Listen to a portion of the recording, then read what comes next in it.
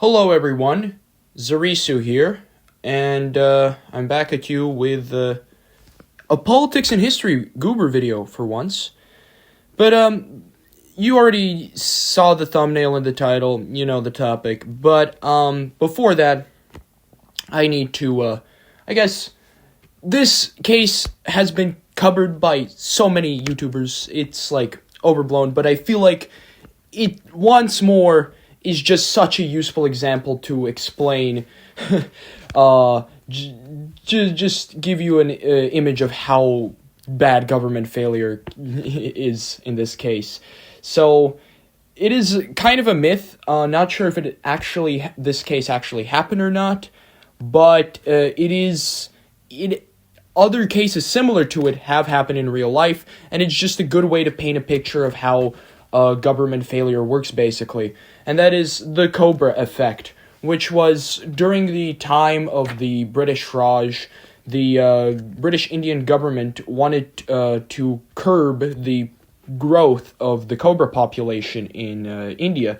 And so what they did was they tried to put a bounty on cobras, where basically the head of each cobra will give you a reward for money. And what the Indian farmers did was they decided, well, if each cobra head means more money, why not maximize the amount of money I make and start farming cobras? And so what basically happened was the cobra population didn't really change, and what happened instead was now there were a lot of cobras being farmed by Indian people. And then the British government realized that this was a waste of money, and so they basically dropped the bounty altogether. And now the cobra farmers just had a bunch of cobras lying around, and so they let them all go. And the cobra population actually increased, even though the government wanted the cobra population to decrease. Now, it's unknown whether this event... Well, I don't know whether this event actually happened or not. I heard somewhere that it's a myth. Not entirely sure. But either way, it serves as a very good example nonetheless, because this could happen in real life, and there are actual examples of it. And now that I've given you a little bit of a setting to say the least, time to actually get into what happened just now, basically. The U.S. government decided to ban TikTok. The reason was security concerns. China has a major stake in TikTok, and basically America has concerns that TikTok is being used as sort of spyware to collect data from American citizens and give it to the Chinese government. And while this is a very valid concern, the way they went about this, you'll see kind of they kind of made their problem even worse. So the U.S. government decided to ban TikTok, and this case to ban TikTok was actually heavily supported by a direct competitor of TikTok, Meta, or Facebook, whatever, Zuck, the big Zuck. It was supported by Zuckerberg to...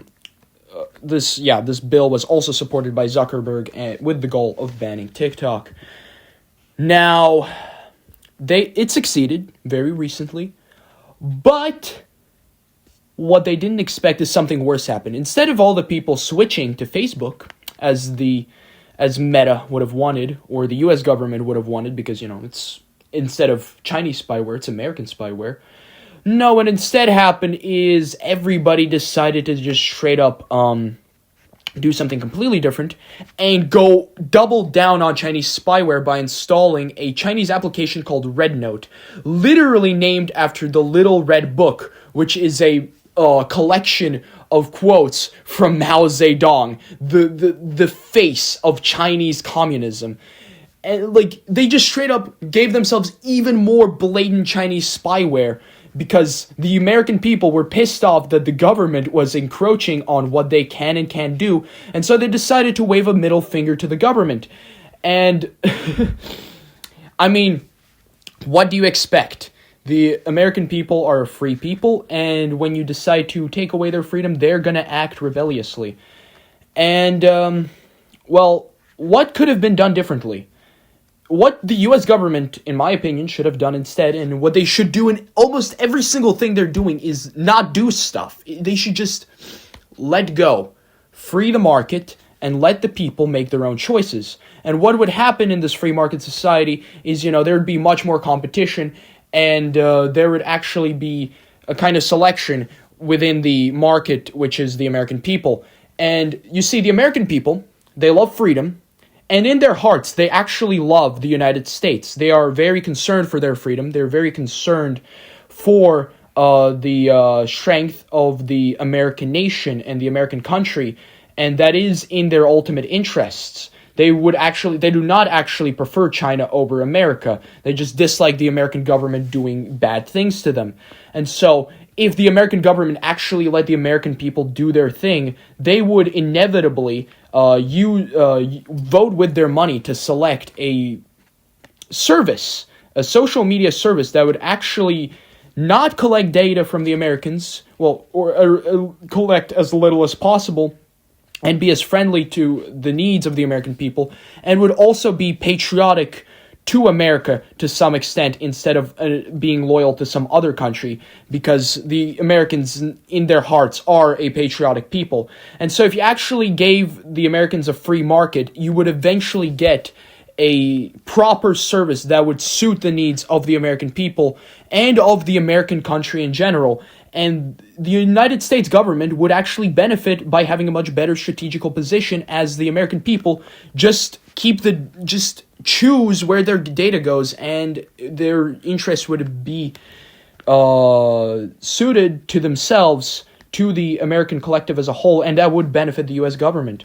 And so you would get a actually free society if you just let the people live in a free society and not restrict said free society, and you wouldn't need government restrictions to stop Chinese alternatives, because the American people would just choose their own American alternatives, because those are the American people. And there's that. So just intervene less, U.S. government, please. And the other thing is, another thing this event shows is another face of government failure, which is the fact that government is often used as a means to kind of prevent monopolies in the free market. They believe natural monopolies exist, and they kind of, take over and prevent a free market from forming. But what this case shows is that monopolies are not produced by the free market, but are rather produced by the government itself. Because this ban on TikTok was lobbied by, as I previously said, Meta, another competitor to TikTok, which basically was a means to strengthen the monopoly Meta has in the social media sphere. And this shows that the government had a direct hand in the increasing of monopolies and the decreasing of competition, which is what the government is supposed to not be doing. It's supposed to increase competition and decrease monopolies, and yet the government just created monopolies. And is just another proof that government should back down. There should be less government. In my opinion, there should be no government. People should create their own voluntary governments. But that's my opinion. And had the American government intervened less, there wouldn't be more monopolies. The American people would be happier. The American country would be safer. Overall, this is just proof that government, when it acts, it makes things worse for itself and for the people. Like, government action, a little bit can be good sometimes, not as good as people doing their own things, but lots of government action truly shows how much more inefficient government is compared to voluntary action. And that's basically my piece. I hope you guys enjoyed this video. I'll see you on the next one. Bye-bye.